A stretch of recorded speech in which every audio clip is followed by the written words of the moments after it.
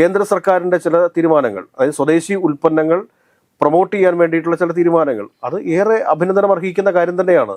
അതിനെ നമ്മുടെ ഈ രാജ്യത്തുള്ള മുഴുവൻ ആളുകളും സ്വാഗതം ചെയ്യും. മറിച്ച് അതിനെയൊക്കെ ഒരു പൊളിറ്റിക്കൽ ബെനിഫിറ്റ്സിന് വേണ്ടി യൂട്ടിലൈസ് ചെയ്യുന്ന സമയത്താണ് എതിർപ്പുകൾ ഉയർന്നു വരുന്നത്. അനാവശ്യമായ വാദങ്ങൾ വരുന്ന സമയത്താണ് ഈ പ്രശ്നങ്ങൾ വരുന്നത്. സ്വദേശീവൽക്കരണം ഇതൊക്കെ ഒരു പൊളിറ്റിക്കൽ അജണ്ടയുടെ ഭാഗമാണ്, അല്ലെങ്കിൽ ഒരു പൊളിറ്റിക്കൽ മുദ്രാവാക്യമാണത്. സ്വദേശി സ്നേഹവും സ്വദേശി വൽക്കരണവും എന്നൊക്കെ പറയുന്നത്.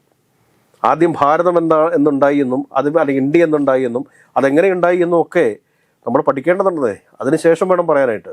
1950 മുമ്പ് RSS ഇന്ത്യയിൽ ഉണ്ടായിട്ടുണ്ടായിരിക്കാം. ഈസ്റ്റ് ഇന്ത്യ കമ്പനിയുടെ ഭാഗമായിട്ടൊരു ഇന്ത്യ ഉണ്ടായിരുന്നു. ആ ഇന്ത്യ ഇന്നത്തെ പോലെയുള്ളൊരു സമ്പൂർണ്ണ ഇന്ത്യ ആയിരുന്നില്ല. ഇതൊക്കെ ചരിത്രത്തിന്റെ താളുകളിൽ എഴുതി വെക്കപ്പെട്ടിരിക്കുന്ന സത്യങ്ങളല്ലേ.